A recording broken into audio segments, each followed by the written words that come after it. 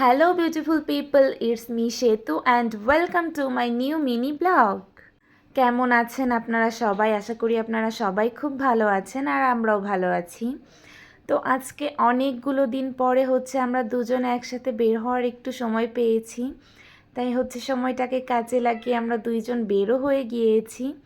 আর আজকের আকাশটা এত পরিমাণ সুন্দর ছিল যেটা বলার মতো না। ওয়েদারটাও আজকে খুবই ভালো ছিল।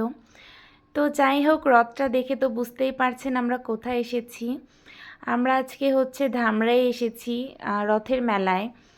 একটু আগেই আকাশটা একদম ঝলমলে ছিল, কি সুন্দর ছিল। বাট আমরা মেলায় ঢোকার সাথে সাথেই প্রচণ্ড বৃষ্টি শুরু হয়ে যায়, যেটা আমাদের এক্সপেকটেশনে একদমই ছিল না। তো আমরা এক জায়গায় একটু দাঁড়িয়েছিলাম। দেন বৃষ্টিটা যখন একটু কমেছে, দেন আমি আর আমার হাজব্যান্ড চলে গিয়েছিলাম মন্দিরে ঠাকুরের দর্শন করার জন্য। আর এই মন্দিরটাকে নাকি মাধবের শ্বশুরবাড়ি আর জগন্নাথ, বলরাম, সুভদ্রা দেবীর মাসির বাড়ি বলা হয়। যদিও এটা ঠিক নাকি আমি জানি না, বাট ছোটোবেলা থেকে আমি এটাই শুনে এসেছি। তো এই মন্দিরটা অসম্ভব সুন্দর। আমার বেশ কয়েকবার যাওয়া হয়েছে, কিন্তু রথের মধ্যে এই মন্দিরের দর্শনটা আমি এই প্রথমবারই করলাম। তো মন্দির থেকে বের হয়ে আমরা মেলাটা একটু ঘুরে দেখছিলাম। আর মন্দিরের সামনেই এই নৌকাটা ছিল, যেটা বেশ বড় ছিল। আমার হাজব্যান্ড শুধু বারবার আমাকে বলতেছিল যে চলো নৌকায় উঠি, বাট আমার পার্সোনালি নৌকায় উঠলে প্রচণ্ড পরিমাণ ভয় লাগে, যার কারণে আমি উঠি নাই। দেন আবারও বৃষ্টি শুরু হয়ে যায়, আর চারপাশে যেদিকেই যায় এখান থেকে বৃষ্টির জল পড়ছে, তো ওখান থেকে পড়ছে। আর অনেক দোকানপাট গুটিয়েও ফেলেছিল বৃষ্টির কারণে।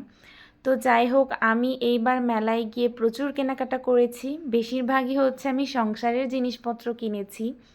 জানি না কেন, বাট এখন আমার কোথাও গেলেই এই সব টুকিটাকি জিনিসপত্রের উপর নজর যায়। যেমন এখানে গিয়ে এই চামচগুলো আমার খুবই ভালো লেগেছিল, অ্যান্ড আমি কয়েকটা কিনেও ফেলেছি। তারপর বেশ কিছু জিনিস কেনার পর আমার তো এই জিনিসগুলো কিনতেই হবে, মানে পুতুল দেখবো আর আমি কিনবো না, সেটা হতেই পারে না। দেন এখানে কিছু দুবাই গোল্ডের কালেকশন দেখছিলাম। বাট আপনারা তো জানেনই এখন গোল্ডের প্রাইস একদমই এফোর্ডেবল না। এর জন্য এই গোল্ডগুলো আমি নিতেও পারিনি, কারণ এগুলো আমার বাজেটের বাইরে ছিল।